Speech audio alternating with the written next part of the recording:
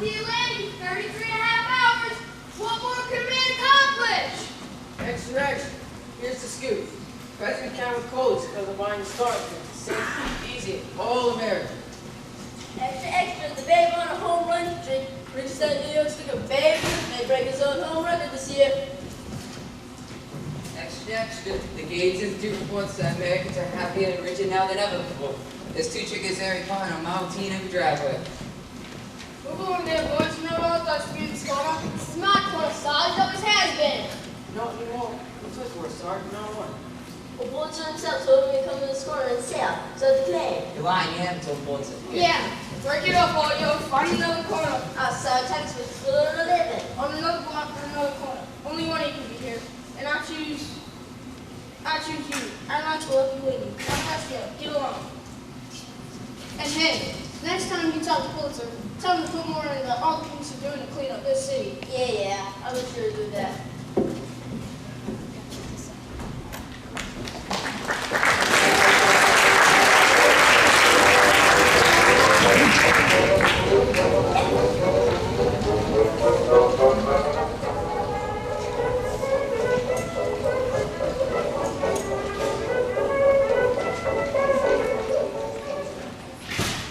You've just been listening to the sound of Fletcher Henderson Orchestra playing Sweet Georgia Brown. Stay tuned in for feature guest appearances, Babe Ruth, Ernest Hemingway, and more. But first, All right, girls, fall in.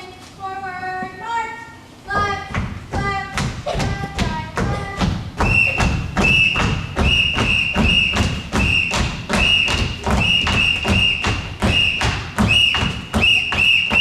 Company, halt! Miss McGrew! Attention! Miss McGrew! I ordered you to attention. What's wrong with you, soldier? I'm not a soldier! Get a load of that, sister. She says she's not a soldier. And just what do you think you are? An orphan? You're all orphans. That'll make you special. Now snap to attention or you won't see bread for a week. My tummy aches. So, think about our boys in the big war. They had to live in the trenches, in the mud and rain, never knowing if they're going to see the next morning. Eating worms and their rations ran out, but never once complaining. There, that makes you feel better, doesn't it, ma'am? You're weaklings, all of you. Were you an orphan too, Miss McGrew? Which one are you, Stella or Della? Stella. And I'm Della. Dear twins. They don't look like twins, but I still can't tell them apart. I'm the youngest. Stella was born 5 minutes after me. That's a big help. And sure, my sister and your orphans. In fact, we got raised up here, right here in this very building. Everything we know we learned right inside these walls. But do you think we whined and cried and felt sorry for ourselves all the time? You mean you just started after you grew up? Did you hear what she said, sister? She said we whined and cried. I heard it, Miss McGrew, and I didn't like it. A good soldier never says anything against his commanding officer. But this isn't an army, Miss McGrew. Yeah, this is the 42nd Street Orphanage run by the city of New York.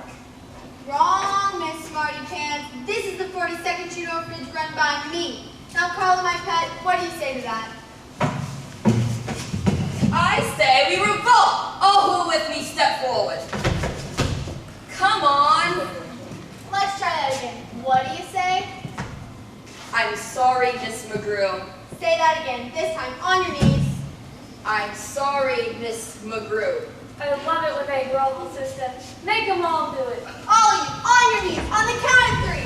1, 2, 3. We're sorry, Miss McGrew. Get back in line. All of you, up, up, up. I've come to tell you. Feel better, Daddy? No talking. Now, girls, we're getting a new girl this morning. Her name is Virginia Hobbs, but she prefers to call herself something cute like Jenny. And I want you all to make her feel very welcome. If you know what we mean. Yeah, we get the picture. She gets the floor, right? And no bread for the first week. And the silent treatment. And latrine duty. I think that's me. We ought to make her feel welcome with a big howdy, Jenny. Anybody make you feel welcome, Giggles? Yeah, you had to go through initiation just like the rest of us. I can still tell her jokes, can't I? How about this one? What happened to the wolf who fell in the washing machine? He became a wash and werewolf. I don't get it. Yeah, I agree with Betty. If she's gonna fit in, she's gotta put up with the initiation just like the rest of us. That's the spirit. Now go and get this place cleaned up. Never knowing the inspectors are coming in. Hey, what's that delicious smell?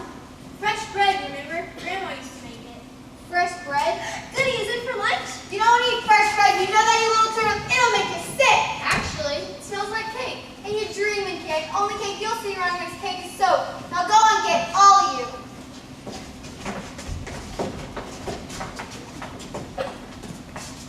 Miss Maru, So there you are, Gladys. What's that smell? that's what I wanted to tell you. I made a big cake to welcome the new girl. What? On your budget? Oh no, Mr. Thomas, my gentleman friend, brought me the eggs and sugar. Your gentleman friend, huh? Is she here yet? No, she ain't here yet, and you ain't serving no cake neither. But the girls never get it. And do you know why? Treats spoil them. They eat a piece of cake, And I want it all the time. Sue, don't finish my sentences for me. Sorry, Lou. Is she here yet?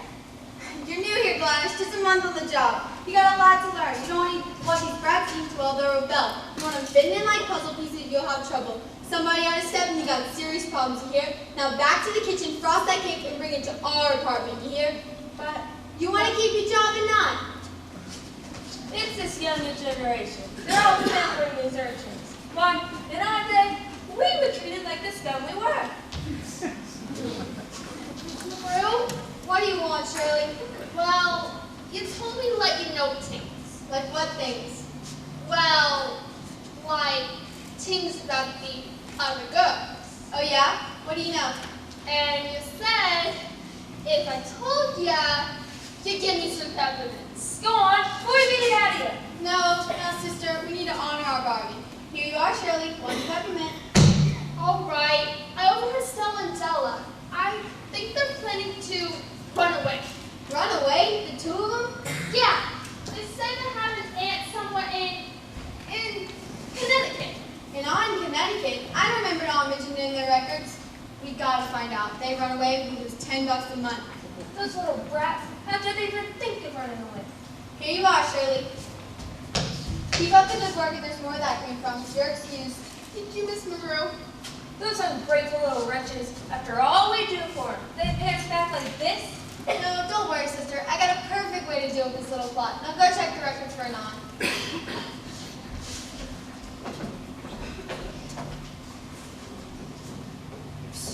Leonard! It's calling you? What's she be? Tell her I see you, will you? Maybe I have to tell Miss Monroe you're here. Look what I brought you. Is that chocolate? Thick, rich milk chocolate. Give it to me! Then go tell Cole I'm here. Oh, sister, look what I found. Sister, they do have an arm. Where are you, sister?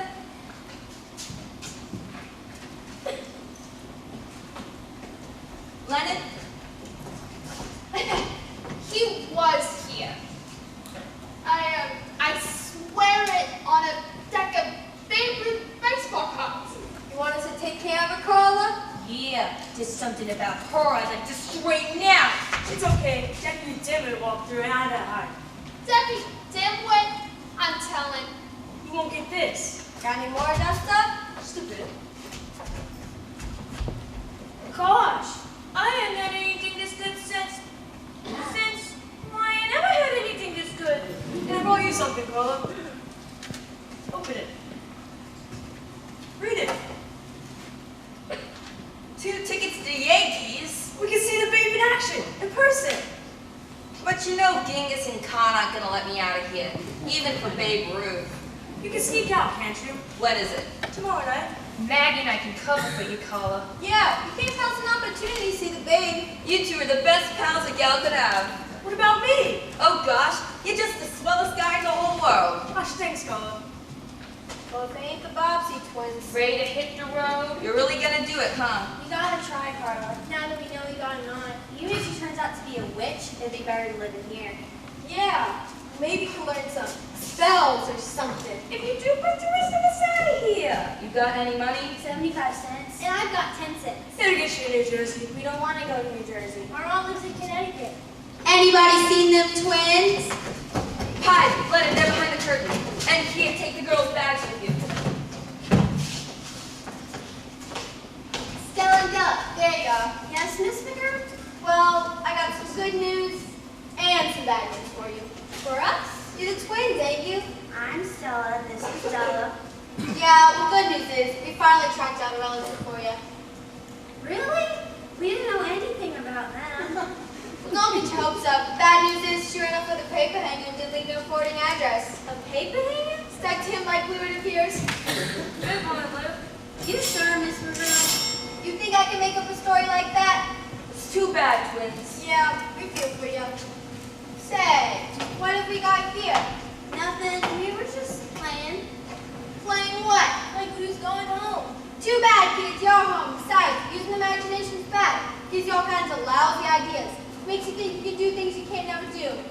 Stick with work and you'll be a successful businesswoman just like me. Look what I found on the back doorstep. So, you gotta be the new one, huh? I guess I am, ma'am.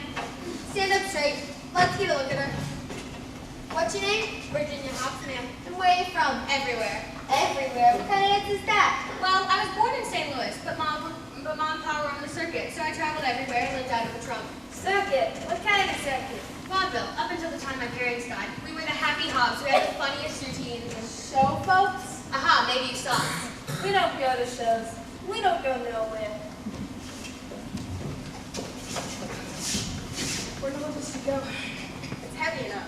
What's that? That's my trunk.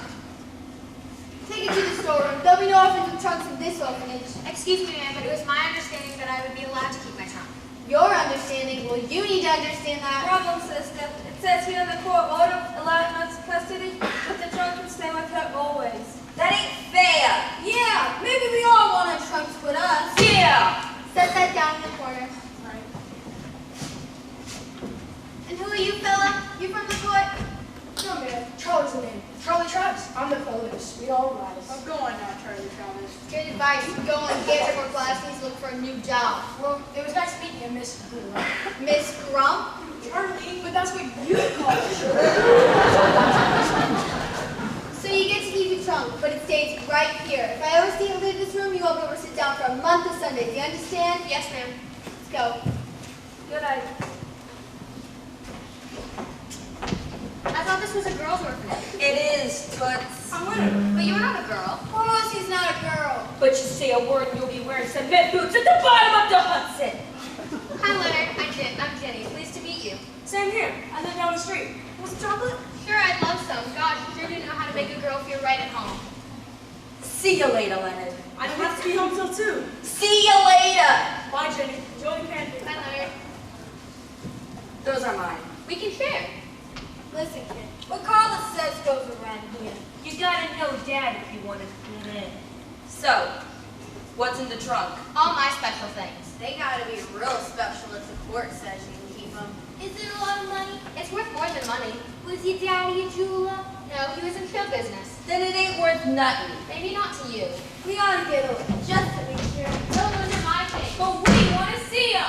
Miss McGrew says she's here. I hope she's nice. I hope she's healthy. I hope she's clever. I hope she's small. I hope she likes hard work. I just hope she knows how to have fun without being a troublemaker. See for yourself, girls. Here she is. Virginia Hobbs. Meet the gang of the 42nd Street Orphanage. Hi, I'm Eagles. That's because I always like to tell jokes. Like, did you hear the one about the 2 kids looking at the mummy in the museum? Under the mummy, there was a sign that said 1378 BC. What does that mean? One kid asked the other. The other one said, that's the license of the car that hit him. I don't get it. Don't you see? The guy was a mummy and... Hush up, Giggles. I just want Virginia to feel at home. She goes by Jenny. And she's got a trunk. A trunk? That's weird, isn't it? The rest of us came for whatever 2 suitcases can hold. And we never actually keep our stuff anyway. I miss my teddy bear. Teddy bear's bad for you. It'll give you nightmares. That's ridiculous. Who told you that? Miss McGrew told all of us. I don't think I'm going to like it here. You think we do? There isn't much we can do about it once the court decides. That's okay, because my father had a wonderful friend. His name was oh dear. All I ever heard my father call him was Cece, but when he finds out what happened to me, he'll be here like that to find me. Yeah? My mother had a friend who was coming to get me. And I got a cousin in Des Moines. My grandfather lives just across the river. As soon as the paperwork gets done, he'll be here. My mother told me I had a godfather who would make sure I was taken care of. Along with my monkey's uncle. You got a monkey, Tina? Yeah, Della and I had an aunt who's been around too. Ran out with a paper hanger. Catch on, Jane. We don't get a thing here. Nothing. And we all think someone's gonna come for us when we first get here. I had it so bad, I was waiting for my dog's vet to come for me. But it'll wear off. Yeah, what doesn't wear off? But CC will come for me, I know it. In the meantime, open the trunk. Why should I? Do what Carla says. Or else. No, you can't make me. You want to bet? Help! Help! Yeah! Come on! Why are we being mean to Jenny? I think I like her. Me too. She laughs at my joke. If you ask me, I think they're acting just like Lou and Sue.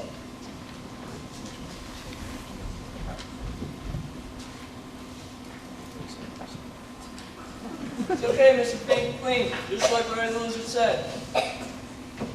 You call this a lead? This is a pit. Hush up, Nova. Strawberries, there ain't no bad elements around. You're the only bad element around here. Huh, Freddie? Yeah? Shut up, Nola. Nah, I'm respectable. But I don't like respectable. But the cops do. And until the heat's off for the Chase Manhattan bank job, we're playing strictly legit. Get it? Yeah, suppose so. What, an orphanage, boss? Can you think of anything more legit? We ain't gonna be working here with kids, is we? I don't know. We just gotta find some way to get the money cleaned up. Take it to a laundry. Yeah, that's pretty good, no? We'll launder the money. Sure, put in some legitimate and pull it out again. And this being an upright, honest, non-profit business, it's perfect. So, we're just gonna make a donation? Why, Nola? I'm thinking. Gotta be something around here that can help us. Everyday think. Do we have to, Freddie? I don't want to get my makeup all messed up. Look, Joe, take Nola here out for a cup of coffee before I strangle her. Sure, boss, come on. So, thanks for money, so we get back, okay? All the shrimp, I'll just lay your magazine on top of the radio, Mr. Brew. Thanks, Larry. Mrs. Pink happens to know. Yeah? How did you know? I'm Larry the Lizard. I assume Jerome told you about me. Yeah, he did.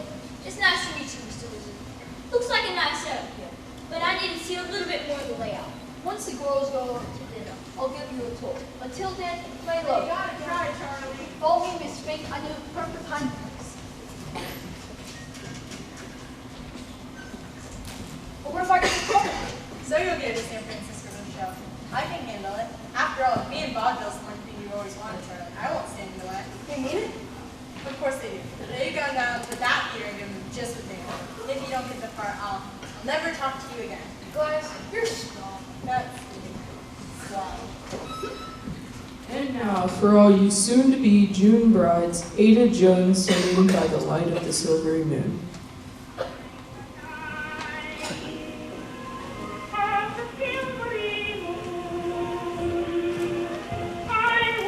No silvery moon for me.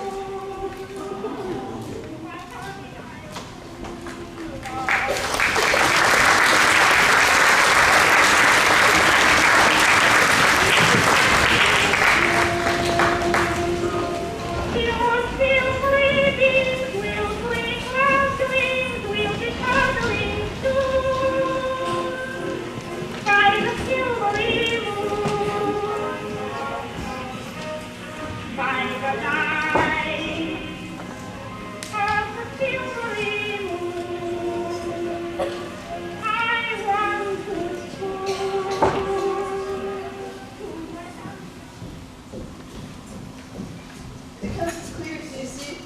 You sure, Mr. Willow? Not a sign of those there be a message. It's okay. Just show off to the parking lot and then you can get in your car and go home and soak in hot tub. I don't think my nerves can take anything so soothing. I know, Mr. Foster. I mean, it just isn't fair. Where did those nasty people get off thinking that it's your fault that the Romeo and Juliet film was a flop? It was not a flop.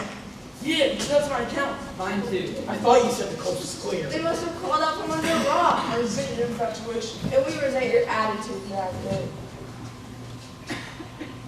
We want a lower return on our investment. You knew it was a gamble from the start. Who can tell what the public wants? Obliviously like Romeo and Juliet. It was a critical triumph. Yeah, so is the Titanic. Look, I'm sure in time that the film will recoup your losses. What kind of time frame are entertaining for losses? 25 years. Look, picture man, we've got a little piece of paradise that we'll go back to the money we put in. Even if we don't get a cent of the profits. Look, that clause is a bit optimistic, but I'm sure you won't hold me up to something like that. We'll give you a month to come for money. And what if he doesn't? We got some friends. You, friends, pen pals in the pen most likely. Ever heard of Freddie Pink? Wait, not lately. 1 month and you have a chance to meet Freddie in person. And don't even think of leaving town. You do, you're gonna find yourself up the street without a paddle. Have a nice day. What a stupid expression. Especially since he just ruined yours. But go home now and try to forget all of this. After all, tomorrow is another day. Wait, what did you say? Tomorrow is another day. You know, my friend Margaret Mitchell is looking for a wine end her book. That suits it perfectly. Now that we solved the hard problem, how do you clean yourself your own, Cece? Oh, Mr. Remote, to be back in vaudeville with all my old friends again, it was so much simpler.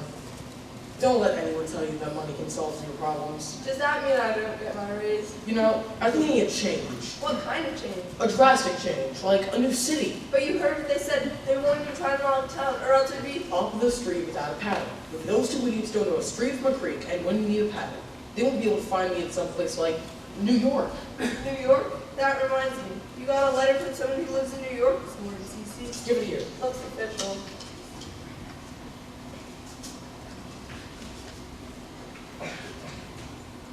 Mr. Remote, this is just the change I need. This sounds serious, Mr. Colossus. Do you need me to take notes? No, just books on the next train to New York. We'll have plenty of time to take notes on the trip across country. But Mr. Colossus, we don't have a change of clothes. I have enough cash to buy us clothes once we get there. Let's just say that I have a feeling that my luck is about to change.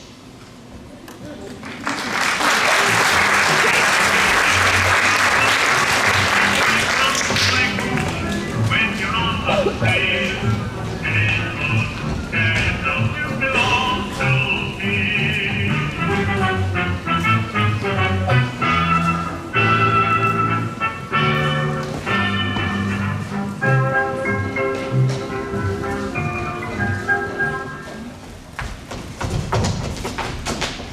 For the last time, Jenny Hobbs, are you gonna open the trunk or not?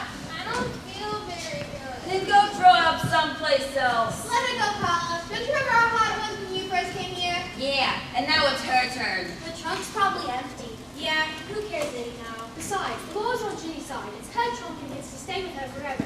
At least she can tell us what's so precious inside. Yeah, we got a right to know. We're family now, ain't we? I'm awfully curious to know what's inside. Me too, I hope it's beautiful clothes. I hope it's beauty supplies. I could use a little lipstick. I hope there's a notebook inside. I wish for a ticket to Connecticut. Don't you need 2 tickets, sister dear?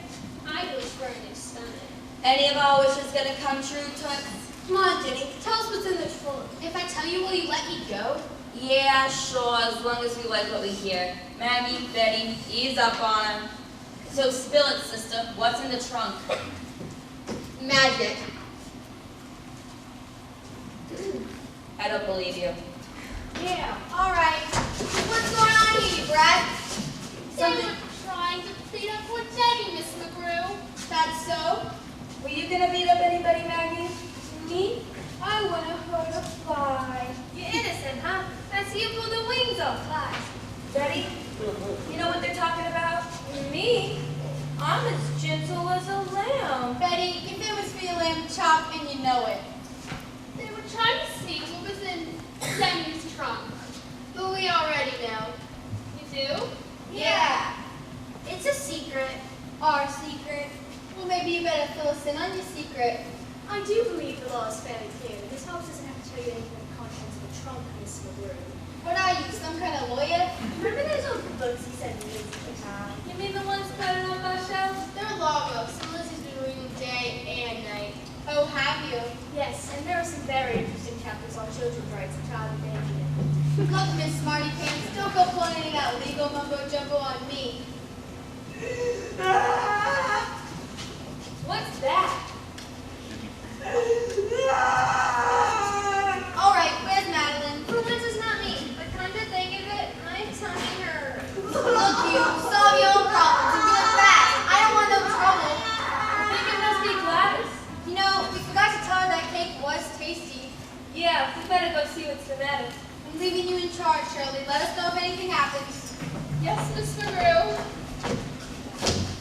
So what gives, Shirley? I just didn't want anything to happen to Jenny here. Why should you care? Well, it's important that we all trust each other, right? How else could we live under the same roof? Yeah? Well, I think you're a squealer. Yeah, a little squealing snitch. Tell us about the magic, Jenny.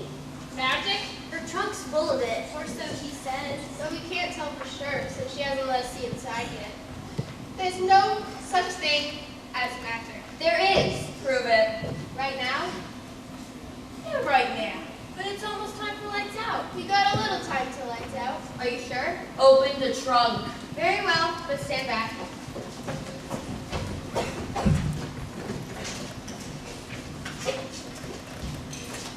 What is this? It's a bunch of old junk. It's not junk. I don't see any magic. Oh, trust me, it'll happen. I think she ought to be committed. Look, I'm a queen. I didn't know you were a queen, Bella. Get up, maid. She's no queen. She's dumb little Della. How dare you offend Her Majesty? Bow, knave. How would you like me to break this fake sword over your numbskull?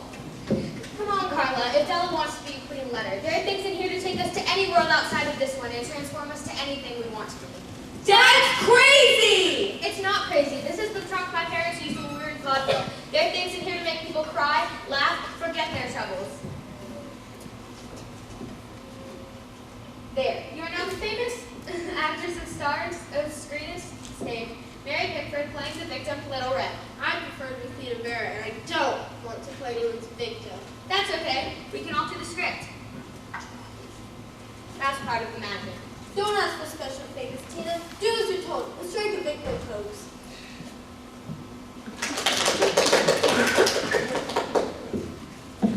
Here, you are not just Lizzie, the orphan who reads books about law all day. You are the esteemed municipal judge of Forbidden Forest. In other words, the Mary O'Toole of our nation's capital.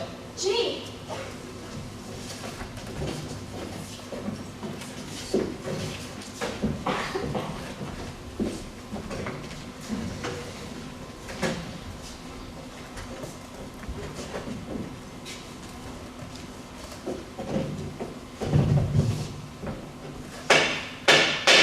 Court is now in session. So, get us out of this dump, Your Honor. How old are you, Giggles? Same as everyone else here. Not anymore. You are 82, your name is Grandma Barker, and you don't let anyone push you around. Hey, what about me?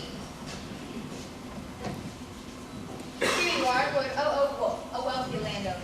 Yeah? And how much land do I own? All of it, and you've got your help.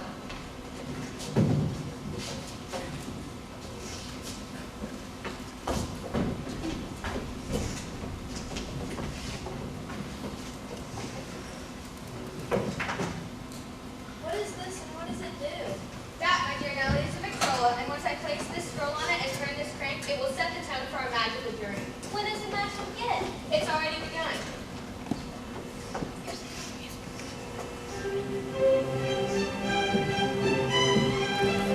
Ladies and gentlemen, we'd like to welcome you here to the Forbidden Forest, notable for its appearance in a number of old folk tales. It was here, for example, that Snow White found the cottage of the seven dwarfs, and it was here that that Prince Charming found the castle of Sleeping Beauty, and it was here that Oh, help us! It's terrible! We want to eat us! it was here that the three little pigs of Nottinghamshire gained their recognition. It's useless to try and run, my friends. I am the land on which you live, and you look so appetizing, I insist on having you for dinner. That is my right, is it not, Lord Sheriff? Most assuredly, my Lord Wolf. that's not very nice. Our manners are excellent. We can't help it if you look so appetizing. I insist on a second opinion. Very well. Brother Wolf of Riding Hood Land, what is your opinion? If I own this land, am I not entitled to eat any appetizing thing on it? Yeah, most assuredly. In fact, just thinking about it's making me hungry. I just saw Little Red around at Grandma Barker's house with a basket of goodies in her hand. I had to go head over for a snack myself. There you have it, my friends, your second opinion. But just as Lord Wolf was preparing to eat them, the three little pigs of Nottinghamshire ran away as fast as their little hooves could carry them, to plead their case to the most worthy magistrate. Get back here, you little brats, and I'll get you for this. Help me, Lord Sheriff. Okay, Lord Wolf. In the meantime, Sir Riding Hood Wolf had found the house of Grandma Barker and saw that Little Red had already arrived, seeing the basket of goodies on her front doorstep.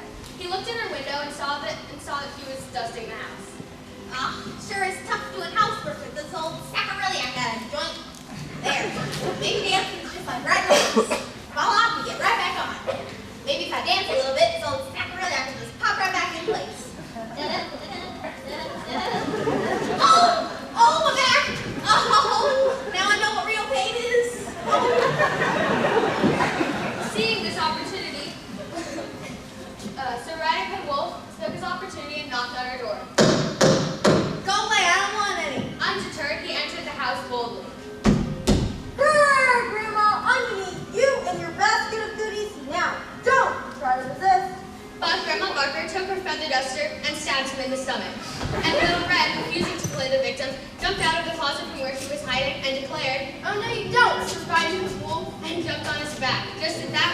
lumberjack entered with them, A rope. and tied up to ride in the wool. And along with Grandma Barker, the three little pigs, and Little Red, took the wool to the most worthy magistrate, who declared both wolves to be guilty as fraud, and sent them to the queen for sentencing. Gods, take them to the queen. Who said, Off with their heads. and with that verdict, a great cheer went out through all the land. Yay!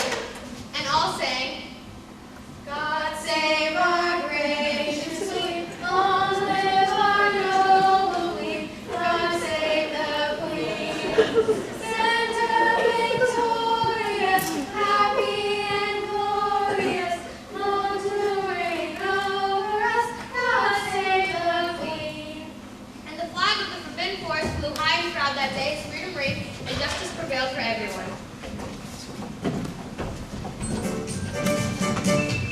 Grand old flag, you're a high-flying flag, and forever in peace may you reign. You're the emblem of the land I love, the home of the free and the brave. Every heart beats true for the red, white, and blue, where there's never a boast or brag. And to roll the waves and speed for God, keep your eye on the grand old flag.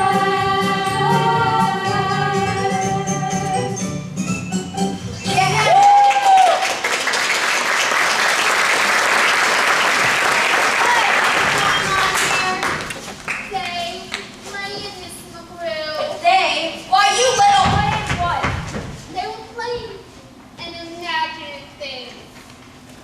Who's responsible? I guess I am.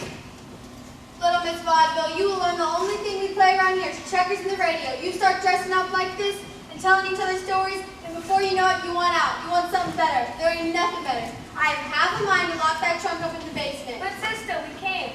Yeah, by order of the court. Don't go court orders on me, Missy. Now pack up and off to bed with you. But it's only 7:30, Miss McGrew. You heard me. Pack up and off to bed with you. That ain't fair. Yeah! You want fair? I'll give you fair. 3, you clean every bathroom at 5 tomorrow morning. And to the rest of you, work, or there's no bread tomorrow. Yes, Miss McGrew. Sister, I need you to make me a bromo seltzer. Shirley, make sure they do as I say. Yes, Miss McGrew. Well, you heard her. Get to work. Yes, ma'am, Miss Snitch. And traitor. And liar. That was magical, Jenny. Such fun. Yeah, it didn't feel like we were here at all. I liked how the would-be victims won the day. And justice prevailed. And no one did anything got sick. And for one brief, shining moment, you weren't thinking about being cold or tired or hungry. I wish we could go on forever like this. Me too. Are you kidding? You mean you want to get in trouble like this every day? And it's all your fault. Yeah, some magic. We'll get you for this. If I come back and one of you is not in bed, there'll be no bread for the week.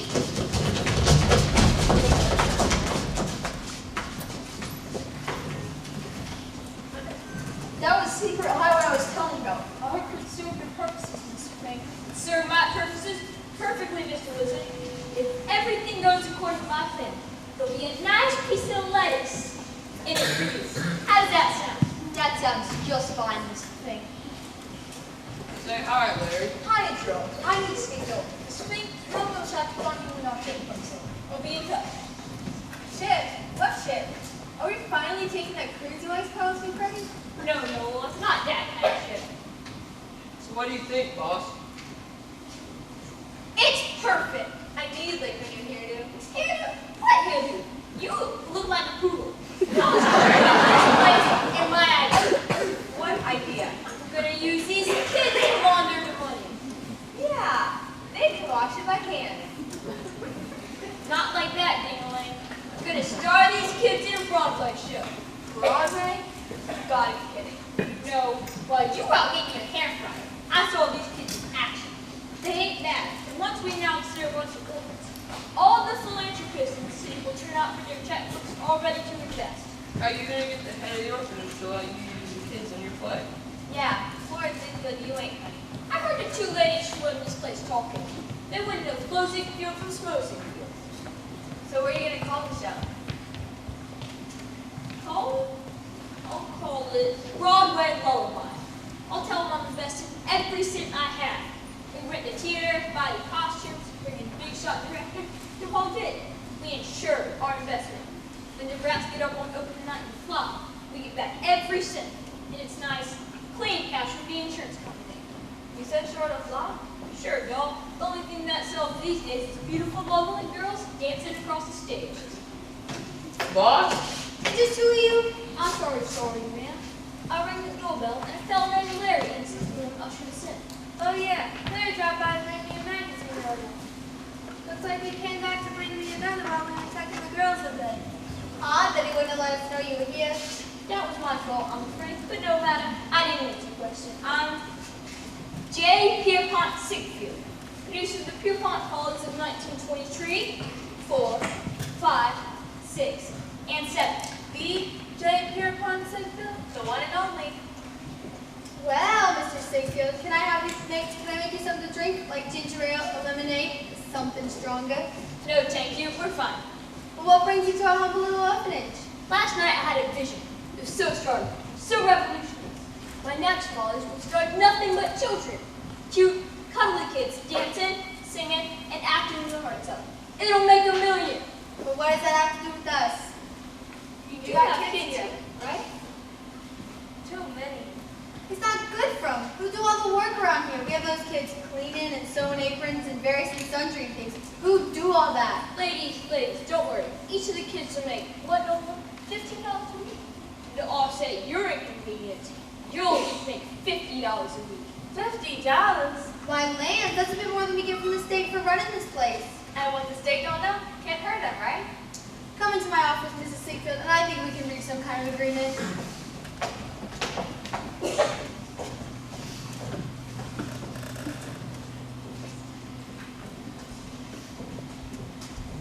You said you would stand by me, Gladys. How can you desert me like this? You said we get married. But it's only 2 weeks, and what a part. I get to sing, dance, tell jokes. I'll even laugh, and then I'll come back to you. I don't want to be stuck here the rest of my life. Look, Gladys, you haven't heard a word I've said. Not since you said I got my heart. Plus, we're going with the other girls in the union. Hey, wait a minute. You're not a girl. I'm Lady from down the street. I come around every once in a while to visit the girls. Just like trying to be loved with them. Look, Gladys, there's something real important you should know. Broadway! We're gonna be stars! I can hardly believe it! It's like magic! Girls, hold on! Like magic? It is magic. Nothing's gonna happen to you, Ginny Hobbs. You're the best good luck charm that's ever walked through this door. You're looking at a star, Leonard. Well, kids, it's official. You're all headed for the Great White Way. Hold on! What's that, Sue? Looks like a boy, Lou. We don't allow those in here. Jerome, Run, Leonard! he won't hurt Leonard, will he? Don't you wear your pretty little head down, kiddo. You're gonna be stars. Every last creepy one of them.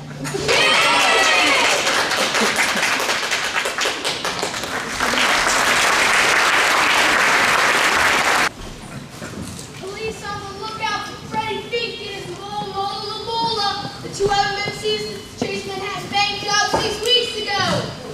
Great story again. Take my photo. That one paid us only money to turn anyway. Where can that cash be? J.A. and Pencil put the fence on the Freddie Fink into the bottom of the situation.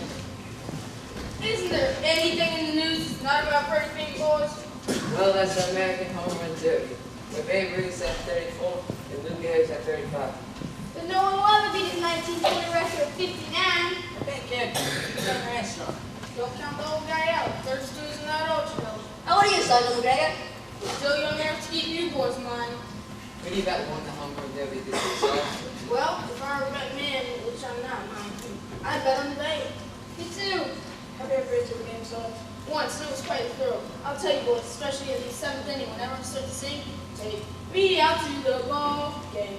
Take me out with the crowd. Buy me some peanuts and Cracker Jacks. I don't care if I ever get back, so we'll root for the home team. If they don't win, it's a shame. For it's 1, 2, 3 strikes, you're out at the old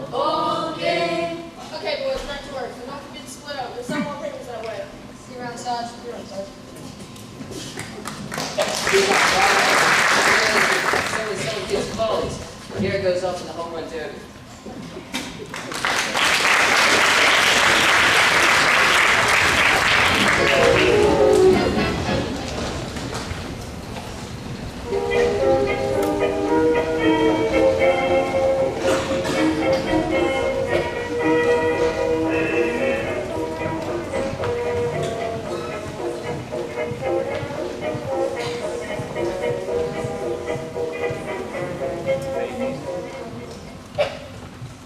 Now let's begin from the envelope and down. Floating in the breeze. And so one, and so two. You are being very condescending, Marcella here. Come on, Ellie. You know because our curse on Broadway. Maybe we'll break the curse. Stop! Stop! You were struggling with things while you having your hands in the air, while you twisting your body. What is wrong with your feet? Nothing a good night's sleep wouldn't cure. Yeah, this is a lot more work for the body for. This is harder than sewing aprons, Making beds. mopping the floors. Heck, this is even harder than cleaning latrines. May we rest for a minute, Madam Cleo? Rest? What is this request for rest? Do you think you are ready for Broadway? No, Madam Cleo. Then let's take it again. Head up, shoulders back, arms out, and one, and two.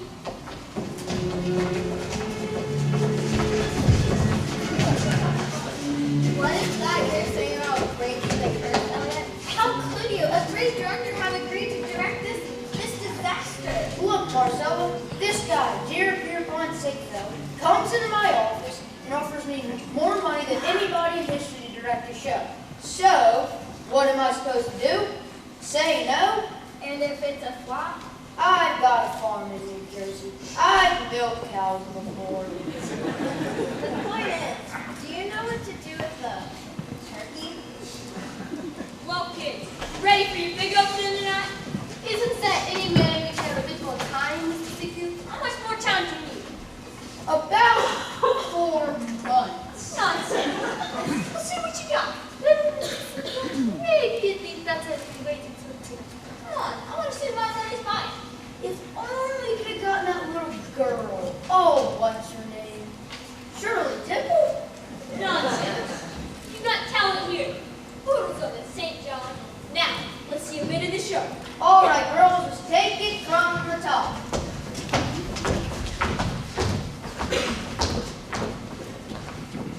Ladies and gentlemen, boys and girls, the clock has struck 8 and it's getting late.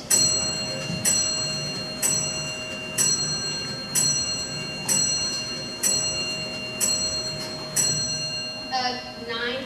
It's time for us to go to bed and rest our heads. It's time for a Broadway lullaby.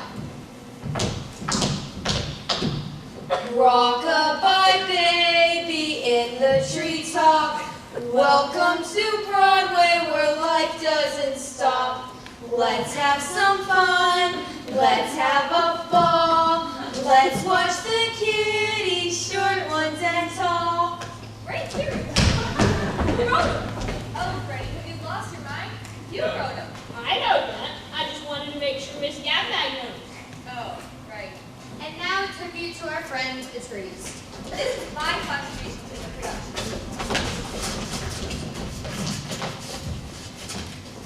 Trees can be high or trees can be low. Trees can be young or trees can be old. Trees give us shade and some things to eat. We cut down a tree and it gives us heat. Trees give us tables, maybe a bed, but during bad lightning they can kill us dead. Goodbye, baby, think of our trees. Home for the birdies, home for the bees. Cut them and saw them, they make great things. Oh, what a treasure Mom Nature brings.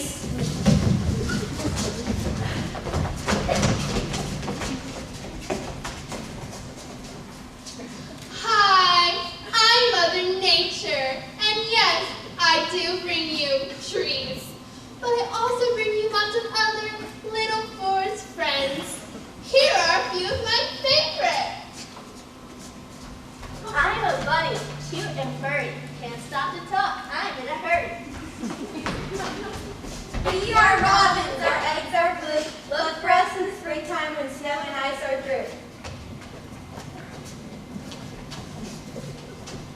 I am a mousey, tiny and gray. I live in a hollow and I like to eat play. We are the busy bees, yellow and black. We bust our flowers and we call them back. I am a deer, so sleek and quick. I'm always so nervous I make myself sick. I'm an owl with eyes so bright, I do my very best work at night. I'm a squirrel. My coat is brown or gray. I forage for nuts and hide them away. I am a fox, cunning and strong. Put eggs in a box, day won't be there long. I am a bear with long rusted claws. I live in a land often drought.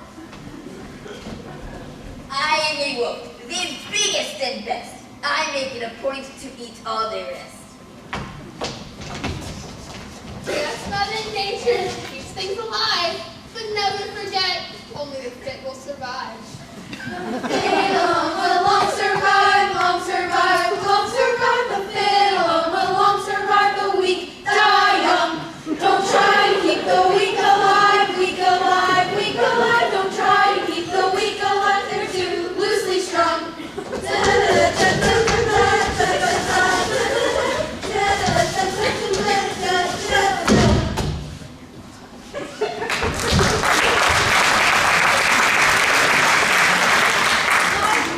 My heart, just about breaks it, doesn't it? I can't breathe. Marcella now just needs a bit of work. A little work, did you say? It needs a complete makeover. I don't know which is worse, my racing heart or my rising blood pressure.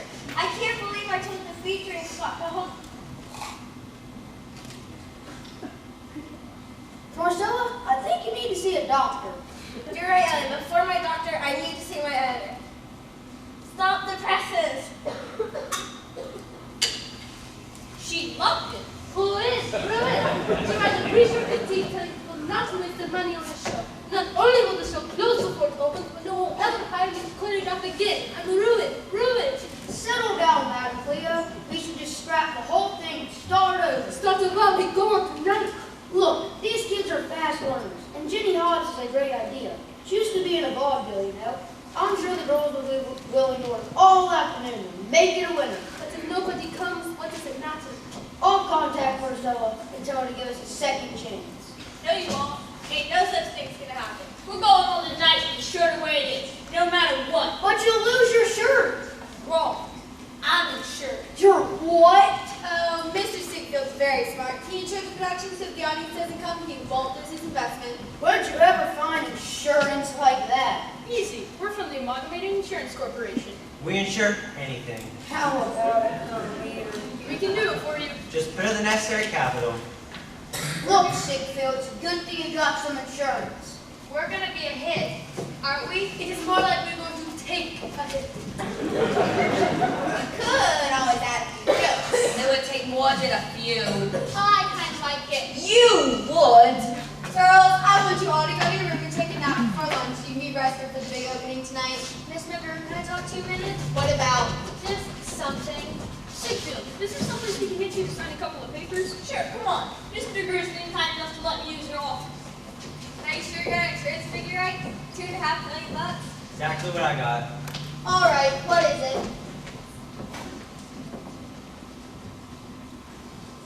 There's something wrong with Mr. Sigfield. He looks fine to me. I don't mean he's sick or anything, but what? It's almost like he wants Broadway Lullaby to be a big flop. You're being nasty and ungrateful. I'm sorry, but he and his girlfriend wrote that script, and it's horrible. Go to your room, you selfish little brat.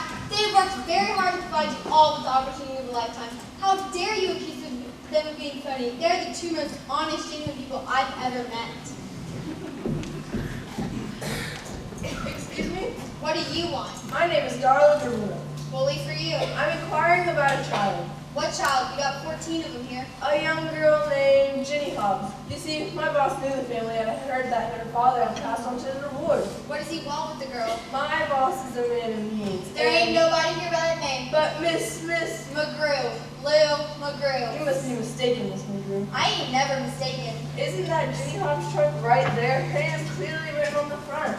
I think you better get your eyes checked. I have perfect vision.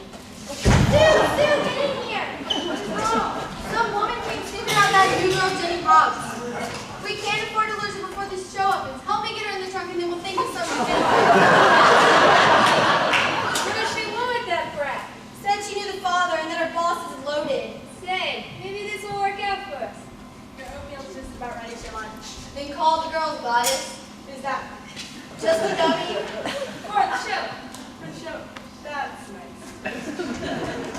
Good thing that girl's brain has stopped working. Yeah, ever since her Charlie Travis has left for the show, she's been a zombie. Just the way we like them. Help me get her in that closet. This isn't gonna work.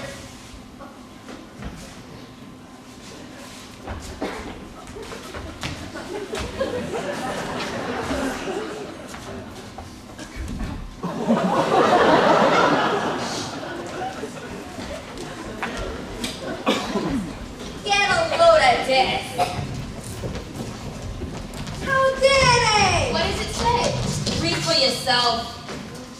Rumors and rights about the all-new kid production opening tonight at Deadpan Alley Theater. Previews have spelled out Tisaster. Sounds like this ship is going down before it even leaves the dock, and it's taking all hands down with it. Gosh, we're gonna drown. I'm too young to die. We're just gonna be the laughing stock of the entire world. And it's all your fault. My fault? You and that stupid trunk. You said it was full of magic. But it's all been a disaster. I'm telling. I can't even think of a funny thing to say. And my stomach hurts ever since we started all of this. Unfortunately, magic isn't always good. That trunk's a curse. It's not. Hi, girls. Leonard, you got away from Jerome? You've been away for so long it got chilly you were 6 feet under. No, I know every alley and garbage can in town. He's been watching this place like a hawk for weeks, and I've had to stay away. But finally today, I got him attracted. They led him to an alley with a garbage can in it. Then he ended up in, head first, on 48th Street. You better get out of here, I'm telling. Look, girls, there's something I gotta tell you. This big producer of yours isn't a big producer at all. He's a wanted gangster and a bank robber named Freddie Fink. You lying. I overheard him that night. You heard he was going to be in a Broadway show. His plan from the beginning has been to produce a popular show so he can lose all his money in the show and get it back from the insurance. You mean he's invested in the bank's money, and if the show's a flop, he'll collect the insurance money when the stolen cash can't be traced? That's precisely what he's doing. I don't get it. None of us do. That's something too confusing for any of us. Only Bertie and Lizzie can understand. Just trust us. He's trying to save his own skin and keep the money he stole. That's why he and his dim-witted associate wrote us such a horrible script. I mean, don't we all agree that what we're doing here is horrible? It's worse than horrible. I like being Mother Nature. And I like being a bunny. Well, I don't like being a big rat. Is this the kind of show you do in vaudeville? Absolutely not, and I think there's something we can do to save ourselves if we've got the willingness and courage. Courage? You're looking at courage. So, wait a minute. Why should we trust you? You all think I got you into this mess, now let me help you get out of it. Remember the first day we made some magic together? Yeah, that was pretty magical. So, what do you say? Hello. Me too. We're in. I'm in. Come on, girls. Okay. I'm in, as long as I don't gotta be a vermin. Yeah, me too. So what do we have to do?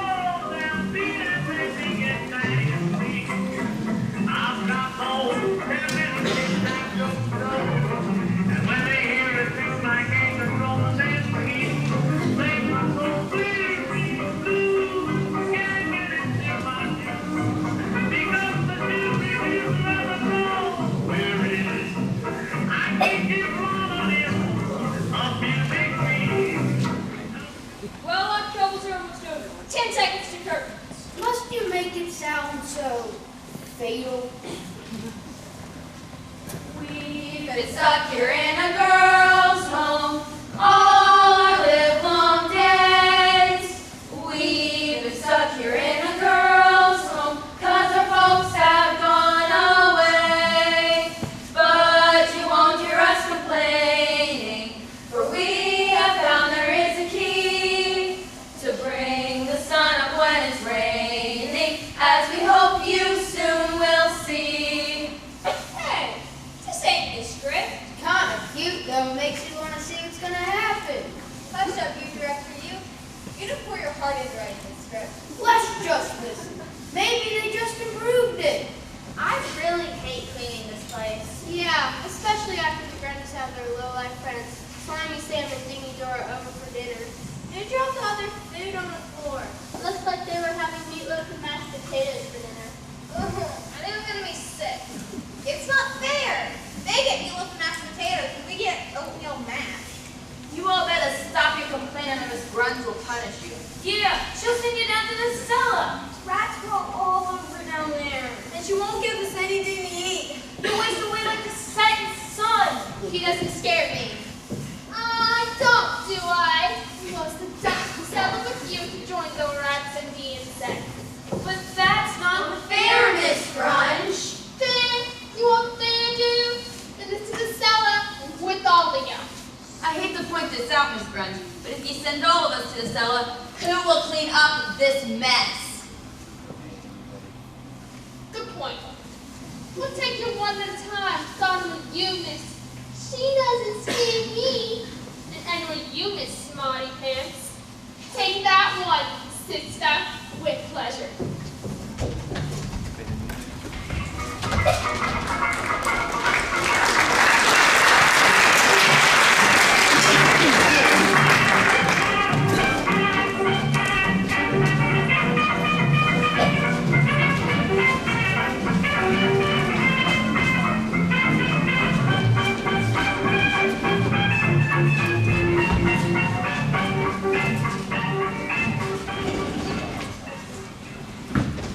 We gotta stop this show. These brats are mocking and misrepresenting us. Yeah, Lizzie doesn't look a thing like me. I don't know. I think she does. That's Shirley girl. She's just like you, Boo. You ought to be flattered, really. Ain't there some sort of expression that says imitation to the highest or flattery or something? Are you flattered by being called Dingy Dora? And having me be called Slimy Sam? I don't know. Dingy's got a nice little ring to it. I've always liked named Dora. And Slimy suits you, gotta admit. I'm stopping the show. No! Don't! Look at the audience. They're loving this. This could make up for all the bad publicity for Marcella Gabad. I want to see what happens. We may just have a hit in our hands after all. Yeah, that's what I'm afraid of.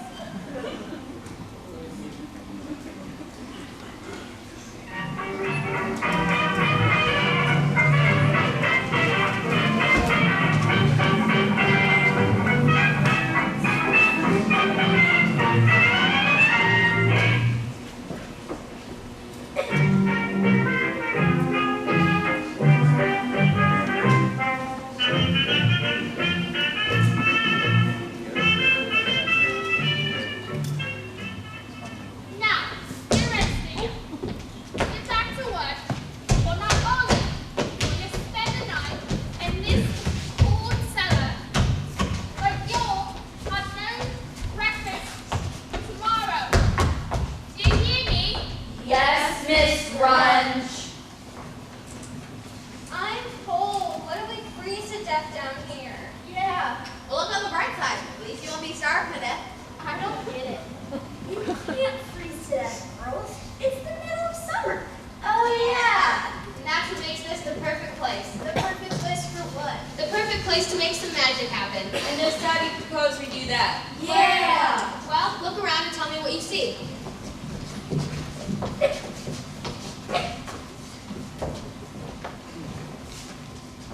Four royal chairs and a couple dusty stools. A rickety side table. And a dusty, gringy old glass table.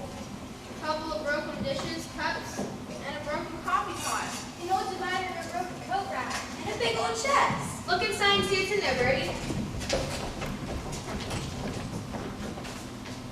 A checked tablecloth, an apron, a couple of dresses, and 3 fluffy scarves. A fedora hat, and some men's suits and ties. A box of makeup and a fur cape. Some earmuffs and a clothespin. 2 telephones. And 2 menus from Luigi's restaurant. And a radio. See, what did I tell you? Perfect. And just how does a bunch of old furniture and junk make the smelly, rat and insect-infested cellar perfect? You'll see, girls. Now, clean off those tables and chairs and bring them right here. Stella, throw me the apron and put the tablecloth over the table. Stella, place the room divider and coat rack about 4 feet behind the table. Tina, put the box of broken dishes on the table and start setting the table. Where do you want this stool? Over there, place the telephone on top of it and place the other telephone and radio on that table. And what about the chest? Just close it and leave it there for now. What do you want me to do with these?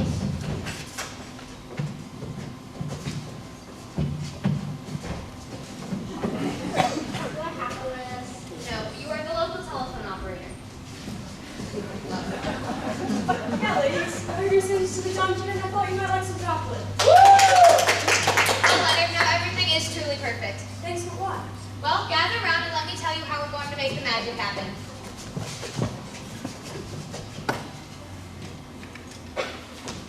This is ridiculous. What on earth are they going to do with all that junk? Magic my eye. I'll tell you, audience is spellbound. We're going to make a fortune on this. I thought only making a fortune if the show was a flop, Freddie. Wasn't it supposed to be a stinker? Yeah, that was the plan. Does that mean if it's a hit, we don't get our money? Now, don't worry. There's still a chance of a flop. After all, they're just a bunch of no-talent orphans. This is the operator. How can I assist you? Closet 843, please, operator. Dialing that number right now. Hello, Mary speaking.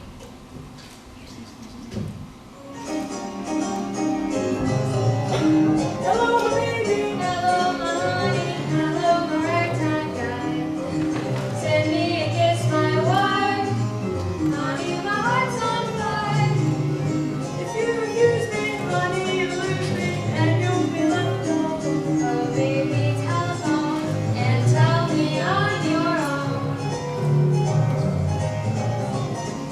Oh, Bobby, you're so sweet to call in the middle of the day. Would you like to come over for some coffee? I have a fresh pot brewing right now. I have a little surprise for you, too. So you'll come? No, I can't. I have something from work I have to follow up with, but I have an idea. Why don't I take you to Luigi's? Besides great spaghetti, I understand you have a terrific new floor show. Luigi, sure, Bobby, that'd be swell. Great, then I'll pick you up at 8. Sure, Bobby, see you at 8. Luigi's, what am I going to wear?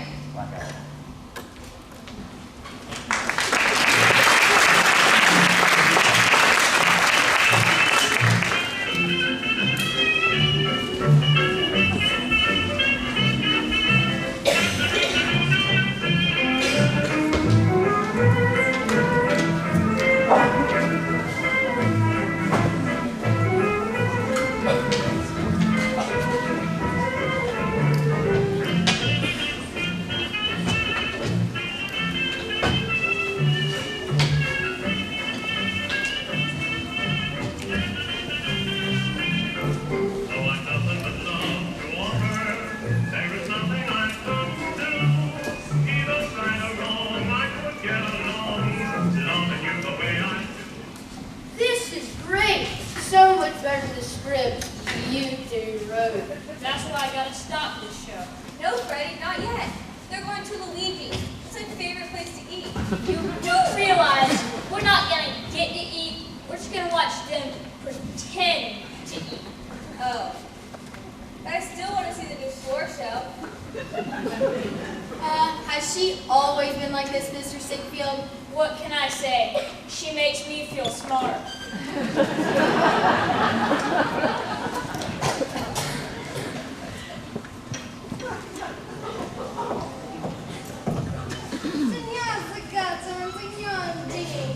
Benvenuto all Luigi's. Your 7:30 dessert table is all ready for you. It's perfecto. Grazie, Angelo. 2 ladies will be joining us shortly. Bring them to our table as soon as they arrive. Please, Carmen. Sammy, baby, thanks for bringing me here. I just love Italian food. Sure. But remember, we're not here to eat. We're here to... Ladies and gentlemen, welcome to our fabulous new floor show. Last featured in Big Field College, the Sizzle Sisters.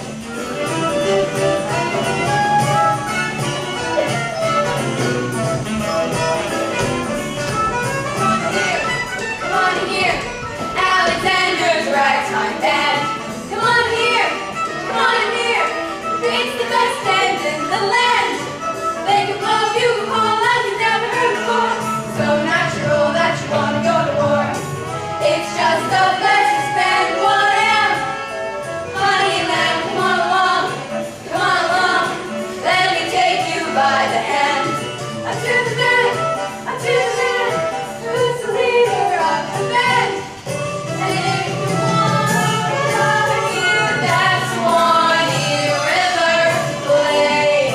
Hey, right side, come on here, Alexander's ragtime band. Come on here.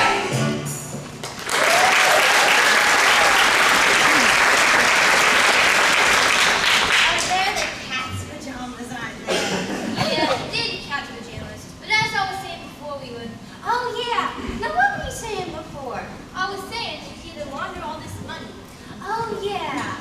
And how do those $2 from the orphanage figure into it? They got a washing machine. No, more the orphans. Oh, and the orphans do the washing, huh?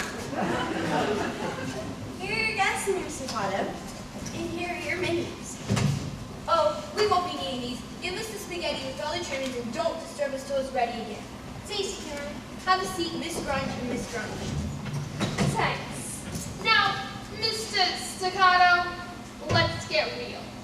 What does a big Broadway producer want with us? Yeah, you said you had a way of getting us some good money. I'll go slow. We gotta find a way of getting all this into circulation. So here's what we do. We put on a show using your kids as a star. With some clean money, we buy some insurance. So, in case the things are flawed. What is an ain't a flaw? Oh, trust Sam. Everything he does is a flop. Now, as I was saying, once the show closes, the same night it opens, we can cash in the insurance claim and no one can trace us. What's in it for us? 20% of the take, provided we can use the kids. Is it a deal? Yes.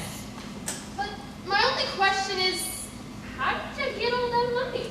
Oh, that's an easy one. That's the money from when we pulled off You the... gotta stop this thing, Phil. Yeah, Freddie, you're gonna spill the beans. Cut the lights! Stop the show! What is really interesting, Phil? The show's over. You can get a refund at the box office. As for you, clear the stage. Yeah, get off the stage for a clip.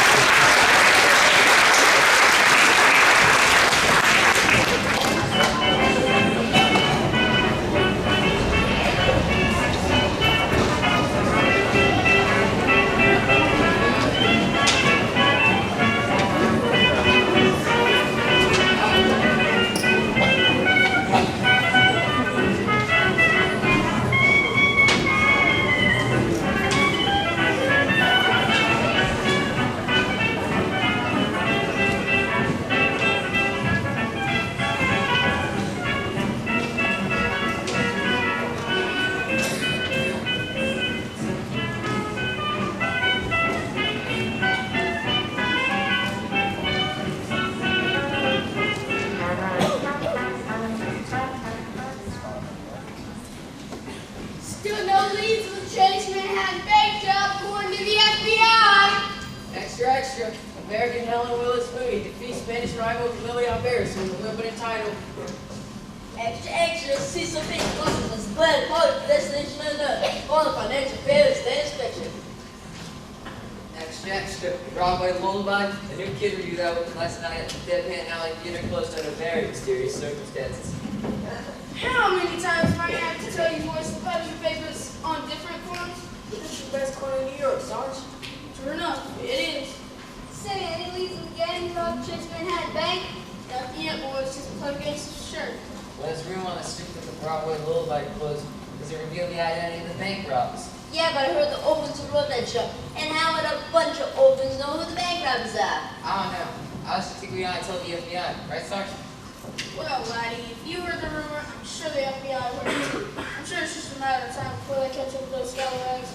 Now you boys leave catching criminals to them and me, and you get about getting with the truth. Yeah, see you around, son. Yeah. You're on, boys.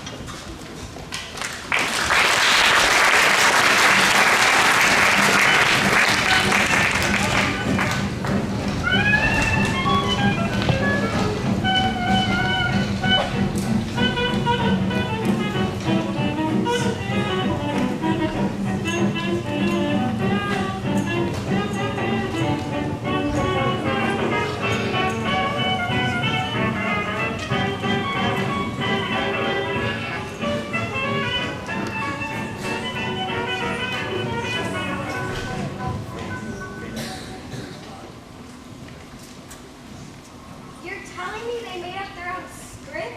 Yeah, can you believe it? It was dynamic, exciting. Leo, and the dance steps to perfecto. They did everything I told them to do. They saved me with that stunning performance. And we didn't even get to see the whole show. They've got to get that show back on stage. I'll write a retraction on my previous expertise. Where's Mr. Sixhill? I must convince him. Those kids have a future. What are you three hanging around for? I want my paycheck. And I want to interview Mr. Sixhill. Well, Sixfield ain't here. Yeah, he ain't here. We ain't got any money to pay you to get lost. How dare you? Do you know who I am? I don't care if you're King Kong himself. Get lost. Well, You want to get rid of us. That is. Yes, Mr. Sixhill is a lot of money. And mistakenly pays us. On second thought, I can wait at home a lot more comfortably. I guess she wants to let you do dance stuff. I'll be to my studio in Client's gone? Yeah, I gave her the night off to have dinner with Charlie at Barbados. I think she thought he'd never come back to her. I think it's kind of sweet that he did. Sweet, sweet. What are you thinking? Focus here. Sorry, Lou. Congrats all. Good and comfortable? Yeah, I got him pulling the heels off in the freezer. Good. That'll give us just enough time to collect our cash from Sixhill and blow this joint forever. Sure gonna miss this crummy furniture. Ugly paint, and the wallpaper peeling off the walls. Yeah, nice got atmosphere, but we've outlived our service to humanity. Time to do something for ourselves now, like lay on the beach all day and eat bonbons. Is it safe for Mr. Sixhill to pursue? Yeah, Larry, it's all clear. It's all clear, Jerome. Are you sure? Yeah, looks good. It's okay, boss. Jerome, lost the goods insurance policy, and Lizzie got the back door. Can't be too careful. Right. Well, if it ain't the ugly stepsisters. Look who's talking. You ain't exactly Prince Charming. Where's the dough? Oh, you'll get your money, honey.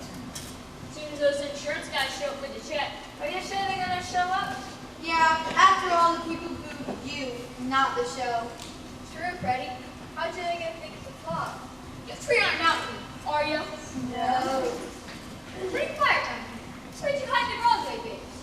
They're pulling off in the freezer. Ain't that dangerous? They'll last just long enough for us to collect our cash. This could be Santa Claus now. That's the secret knock we agreed on. Go let him in, Sue. Glad you stopped the show when you did, Sixfield. I didn't want to know what happened next. Felt the same way myself. Yeah, you're about to announce to the whole world that we was... Well, you fellas don't waste any time. We're dependable. We're lively. Just give us a call. We're on the ball. And your feet show it. Yeah, they're Shakespeare's. Longfellow's no luck. Get it right. Well, Mr. Sixfield, we saw the show last night. I'm sorry you wasted your time, fellas. No waste of time. It was very Bad, huh? Let's just say it was no way more insurance. So, do you have any money for me? We got what's coming for you right here. Free. FBI. We leave the skull. Yeah, it stinks. Been tracking you since the bank You job. played right into our hands. We're arresting you for racketeering? Fraud, robbery, and child endangerment. We never endangered a child. That original script of yours, from what I saw, could have been fatal. As for the two of you, charge you as accomplices, and Using the orphans under your care for online financial gain. What is that? that means you're coming with us. Come on.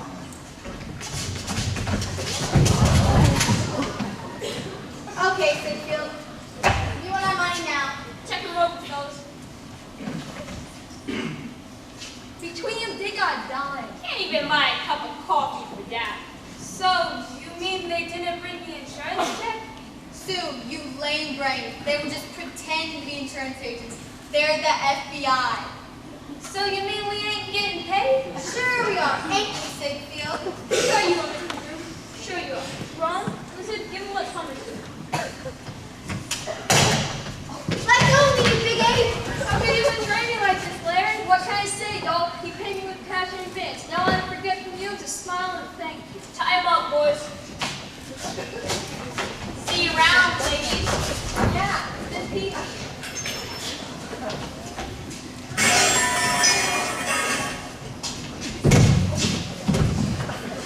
What happened to him? I told you not to put your light in that hole, Sue. Come on, Jerome, let's go out the window. Sit. My friend, Sue!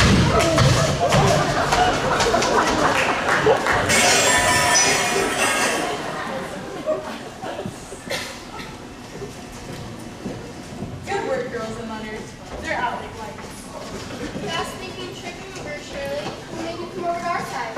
Well, I guess the fact that they locked us up in the freezer made me come to my senses. I'm sorry, such a jerk. Can you girls ever forgive me? Sure, Shirley. Can you ever forgive me? Well, I suppose since you put Miss McGrew in her rightful place. Yeah, face down on the floor. Sure, Shirley, we'll forgive you. But remember, just remember who's the boss around here and whose side you're really on. You got it, Carla. I sure am glad we're out of that freezer. Me too. Thanks for coming back, Gladys. If it weren't for you, we would be frozen by now. Thanks, Leonard. If you hadn't come to Barnetto's to get us early, we would never have come home. I had to come get you. I didn't know what the key to the freezer was. Lennon, Lennon, you're my hero. Gosh, thanks, Carla. Gosh, you girls are freezing. Would you like some one key to warm you up? These two FBI agents. I think they might need some strong coffee instead of tea. Don't beat us then. Say, girls, they sure knocked out the biggest bank in the whole country. So for helping them bring them to justice, you'll probably get to meet J. Edgar Hoover. You mean the famous vacuum cleaner guy?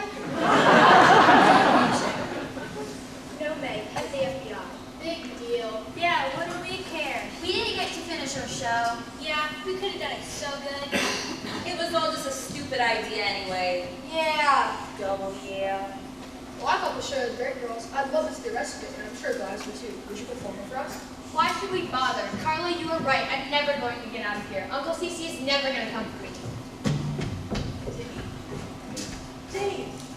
Serves her right. She came in here and got us all excited. And for what? You aren't being fair. Easy for you to say. You got your chance to go to California and perform. You don't gotta live here. I think so, Ted. How about yourself? Come on, Luke. Say, who helped us out here? It all started when Leonard here came to the restaurant where me and Gladys were having dinner at and said the girls was locked up in the freezer. So we got him out, and the girls made their way around the heavy pans Gladys used in the kitchen. We knocked him out with one bottle, and that's how it happened. Yeah. And these three knocked off the Taste Manhattan Bank. We figured that. Yeah, these two ladies, Larry and Lizard, were all cahoots with them. We figured that too, but they would have slipped right through our fingers having for all of you. Nice work, ladies. All right, folks, we're heading back down to headquarters. But who will take care of the girls now? Who are you? I'm Gladys. I'm the cook. Is this your husband? No, sir. No, yeah. Curly does not. Well, once you decide to let us know. In the meantime, girls, is Gladys treat you well? Yes! Then I hereby declare you the new headmistress of this orphanage. You can't do that. This orphanage belongs to me and me. Not anymore, sister. We'll make sure official papers are drawn once we know the exact name you put on the towel ownership. Oh, and with this handsome reward for capturing the thieves and their accomplices, you should be able to buy the girls new clothes and spruce up this place to be a home fitting for so smart and lovely young ladies as these. Oh my. Yes. Now come along. Follow me. Where are you taking us? We got a nice little room reserved for you. Shirley, tell them how nice we are to you. Bye, Miss McGrew. Shirley, you little Brutus! Yeah, she realized where real friends are. Toodaloo, Miss McGrew. See you later. Don't forget to send us a postcard. I'll get you for this. We'll go without breakfast tomorrow. Don't worry, Miss. Last night finished breakfast to go with coffee, pancakes, eggs, and sausage. How does that sound? Sounds great to me. Okay, consider it done. I haven't had food like that in so long. I'm afraid it's gonna make me sick. I don't think I could eat while Jenny's doing so sad. Yeah, I wish I could think of a joke to cheer her up. I wish I could make her Uncle Cece appear. Me too. Excuse me. Oh dear, who's in charge here? I am. What do you want? My name is Cecil Colossus. My secretary, Miss Dribbledum, came here about a day ago. She hasn't been seen since. Do you know where she might be? No. Why should we care? I'm the world's greatest film producer. Big deal. I'm Close Pictures in Hollywood. Do you really make pictures Yes. and live in Hollywood? Sometimes. Do you know Mary Pickford? I directed movies twice. Yeah. How did you know you ain't just lying to us? Well, why would I lie to you, young lady? People lie for lots of reasons. We know that firsthand. Yeah. You only prove you are what you say you are. Well, I shoot straight, kid. It's a business card. How about shooting straight with me? Where's my secretary? I know she came. And just why would a secretary of a big Hollywood producer come here? I'll tell you why. She's looking for the daughter of a friend of mine. And just what's this friend's daughter's name? Hobbs. Local apartments of the Virginia Hobbs Association. Poor kid. She's locked herself in the pantry. Too bad this fellow's looking for. Wait, Ginny's here? Yeah, that's her trunk right there. It's Henry's trunk. Oh, the memories it brings back. Now, if only I could find Miss Dribbledum. Miss Dribbledum? Miss Dribbledum, where's that sound coming from? Behind that wall. Yeah, I think somebody's locked them in a secret closet. No, I'm locked up in here. Do you have the master key, Gladys? Yeah, I didn't think you guys knew about the secret closet. Where else do you think we hide from Miss McGrew? Oh my, who are you? That's Miss Dribbledum. Oh, Mr. Claus, thank heavens you found me. However did you get locked up in there? The last thing I remember was I was inquiring after Jenny and a very nasty lady was staring at me. The next thing I knew, I saw stars and the room was spinning. And when I woke up, I found myself locked up in that closet. Why didn't you call for help sooner? I didn't think it'd do any good until I heard your voice. Would you like a glass of water? Go get Ginny. I must talk to her. I don't think she wants to talk to anybody. Tell her Uncle Cece's here. Your Uncle Cece? So you're real? I'll go tell her. So your hunch was right. Yes. Shall I take notes, sir? Certainly not. We're all family here. We are? Well, I think we consider ourselves good friends at least. You see, girls? Uncle Cece! Ginny! I knew you'd come. Did a little searching, but I found you at last. I guess this means we'll be leaving the 42nd Street Orphanage for good, huh? We'll miss you, even if there wasn't any magic. You have to hear me out, girls. I lost a lot of money in that next movie, but I'll tell you guys in the deadpan alley. You were terrific. We were? And you Yeah. didn't even get to see the whole show. I sure would like to. Will you show me the ending? Not without us, you don't. Yes, I'm the one who taught you the Texas, and you need me to come and keep you in step. And you need me to keep you from upstaging each other. And you need me to see this so I can write your team. So you get the audience you deserve. Okay, what do you say, girls? Let's do it! Only now that we have Uncle Cece, Gladys, and Charlie, let's modify it a little bit.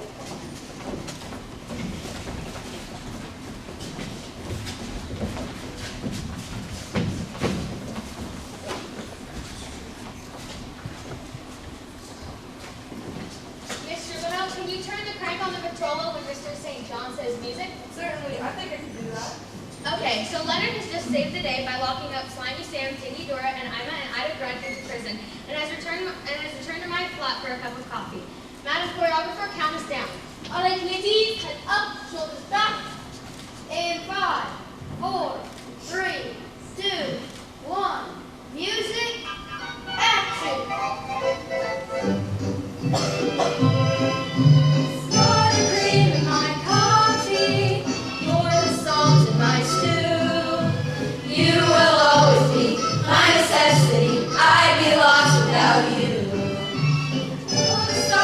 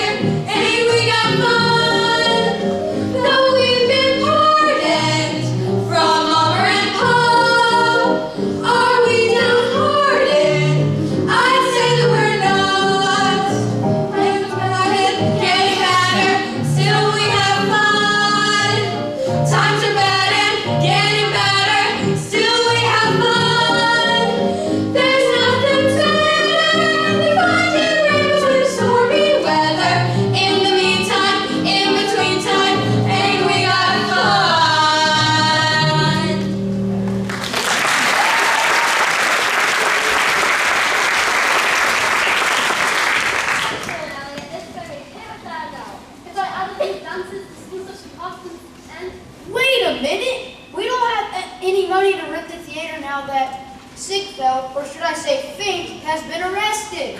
Aha! Finally caught up, boss. You thought you'd outmid us. No, wait, no, okay. But we managed to track him down. Yeah, and now I'm trying to pay the pipers. Is one of those guys the piper? No, May. It's an expression for paying price for your money. I'm glad you found me, gentlemen. See, I've got the greatest idea for the next stage sensation. Oh, yeah? Yes, I should be able to pay you guys back in no time. Well, no time is now. Yeah. We need to pay it now, or we're going to have to come in for a Freddy P. Too bad, fellas. Freddie Pink was arrested by the FBI and taken to headquarters, so I'm here to do your dirty work anymore. Well, in that case, let's have to do it ourselves. Yeah. Hey, wait a minute. How much does Mr. Costas owe you? More than he has. Will this be enough?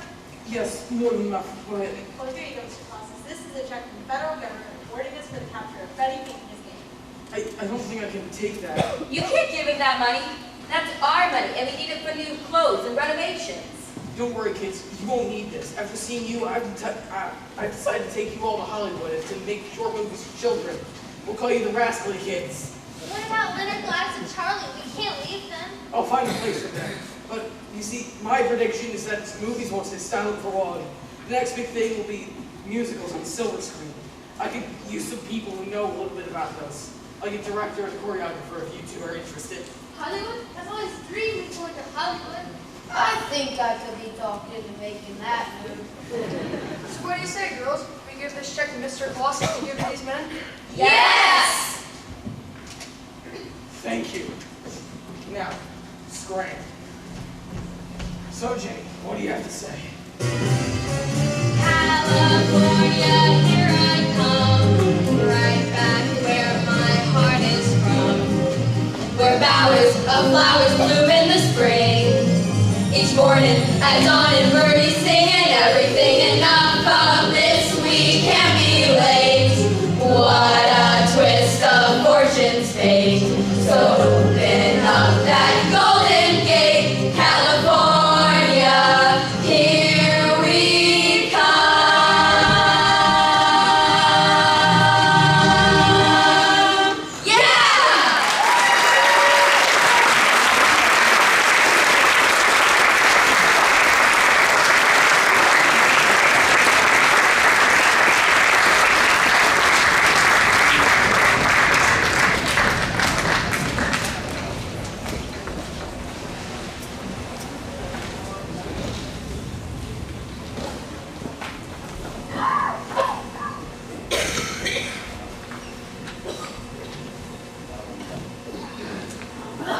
Freddie Pink indicted on 210 criminal charges. He'll be locked up for at least a century. Extra, 42nd Street Orphanage closed for good. Extra, former 42nd Street Orphans make it big on Hollywood, starring the Rascal Kid picture from Boston Studios.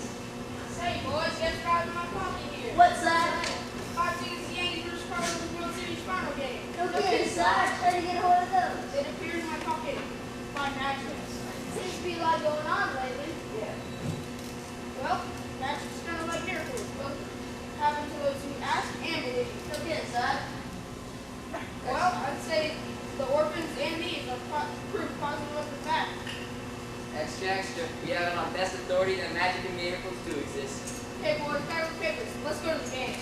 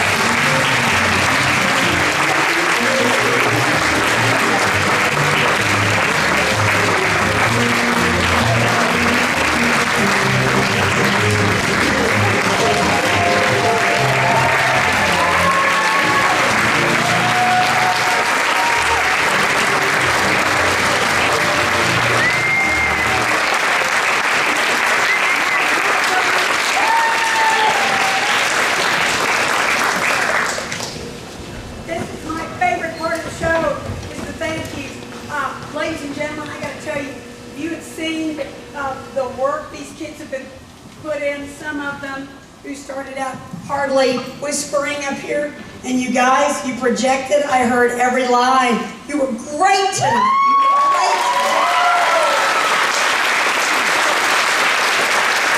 How many, I would like you to show of hands, how many of you, this is the first time you've been in a play on a stage this size?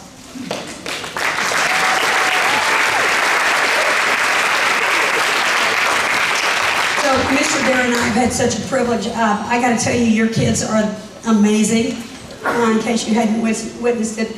But it takes a village to do this. The first thing I'd like to do really is acknowledge, before I acknowledge the leaders that are here, because I always want to end with them, is the people who worked behind the scenes. And first of all, I'd like to thank our guy who really helped us majorly on sound, who is our high school sound fella, and that is Noah Kirby.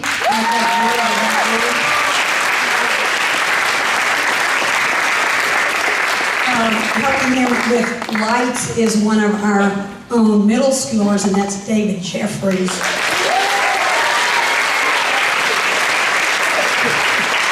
And in just a minute, Mr. Dare introduce you to some of the other lighting crew that you saw that coming back and forth playing parts and also doing spotlighting. But I would also like to thank, there's so many moms to thank, and dads to thank. They're all listed, but I really want to give a great big thanks to my communications coordinator, that's Cheryl Hibbs. Cheryl, thank you so much. For Cadell, who organized the intermission, and all the moms and stuff who brought things for that. For Sarah Alexander, Carrie Zepekas, they were all the moms who came and did, I just yelled and said, come up and help us with makeup, and they did that, so just be thanked. You were just wonderful. And then we had a couple of International Thespian Society folks that I want to acknowledge, who are also our high school kids, and they really helped us in some major ways. They came and gave these kids pep talks. They all used to be in middle school drama, and they remembered exactly what it was like. So I'd like to invite out Kelsey Underwood, Anna Gessner, and Alex Hibbs, if you guys would come out, please.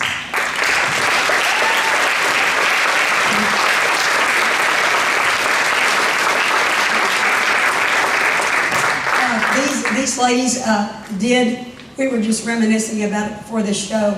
They both did middle school shows, 2 different ones, years ago, and they have been in drama since that time. The stage managers and props, the props mistress, and they just helped encourage the kids so much. And Alex, right here, who's the president of the International Thespian Society, who has been also in drama since middle school. Thank you so much, Alex. I think we have a card or something from you. Okay. I mean, I don't think you wanted flowers. There you go.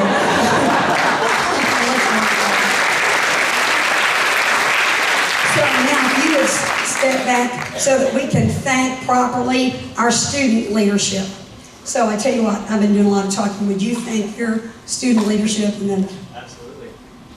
So I was headed up with being in charge of the stage crew and the tech crew, and got a few students who really helped out with that. Nathan Finney was the head of our tech crew, helped find a lot of sound effects areas over there. Let's give him a round of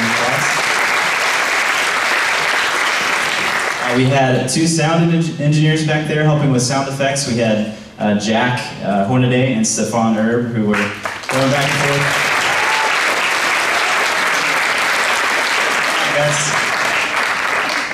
We had David Jeffries was on the light board, helping out with the light cues there. We had Tyson and Luke Nashinani on the spotlights for most of the show.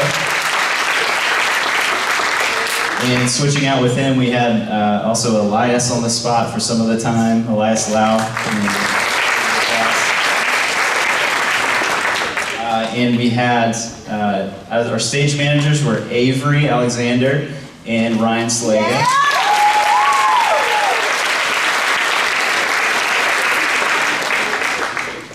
You see Ryan? Did everybody see Ryan? There he is. Cool. There's Xavier, yeah. The poodlehead. Well, let's just give this whole cast another round of applause. Did you want to thank? We're going to thank you.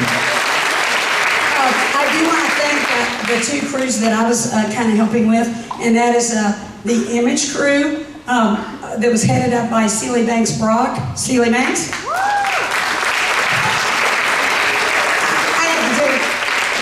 She played a mean one, didn't she? But she did it.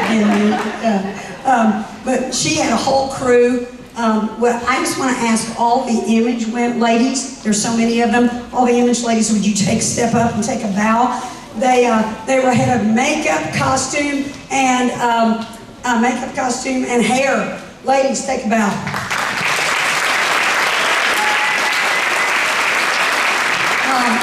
Also, there were a lot of props in the show.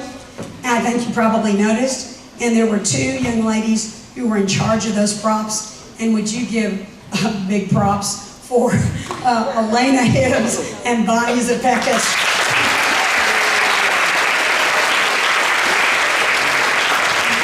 And I don't even know if she's here, but kind of as an image and costume consultant for us again, was Stephanie Likens. If you were here, Stephanie, thank you so much. She's a mom who really doesn't have a dog in this show, but in this race, but she always in the show. She didn't have a dog in the show. She doesn't have, of course there were some lions and tigers on mine, but she always helps us out, and she is just a great treasure. This set would not have looked like a terrible orphanage if it had not been for Melissa Williams. Melissa Williams, thank you so much. She was the one that designed it. There were lots of moms that did basic painting, and she came along and did all the dirtifying and making it look like things were torn. And it was, except for one of our boys who helped us tear up that window yesterday. But that's beside the point. The last crew that I want to thank, and it's kind of interesting, we call this the acting team. It's not because they are the only ones who act, but it's because they are a little bit more is required of them usually in the acting area, and they are the ones that a lot of times are more seasoned ones, or the ones who are willing to really help and coach others. So I would like to ask my acting team to step up, led by David Alexander and Lily Bennett. I have two Lilies.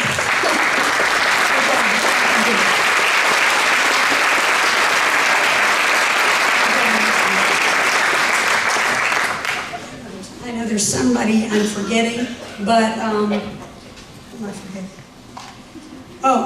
Daniel Alexander and Jared Trumbo, thank you for creating a window that Ryan could actually go through and not fall and not destroy. Okay, anybody else? Okay, I think we've done it. Except I've got to say that it is such a joy to work with a man in a situation like this with guys and girls. It really helps to have a male director to really give leadership to these guys. And so would you give and he's the one who did all of the calling of the show and making sure that all of the songs were, he's also, a great singer, and made sure all the songs were learned correctly and practiced correctly. Would you really thank Mr. Andrew Garrett?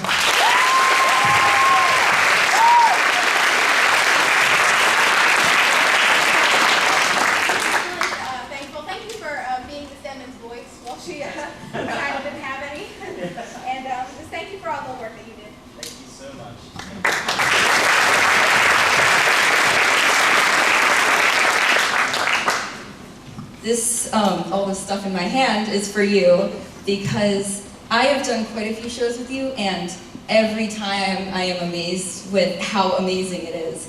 And yeah, we would be here all night if we were to give you the thanks that you deserve.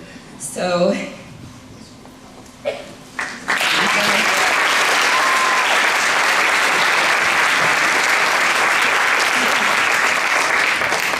Well, we never ended even thank this without thanking the one who truly deserves the thanks. So could we do that now? Father, I'm always amazed at what you do with men and women who will trust you and who will give you their last full measure of devotion, who will come out and lay it out on the stage.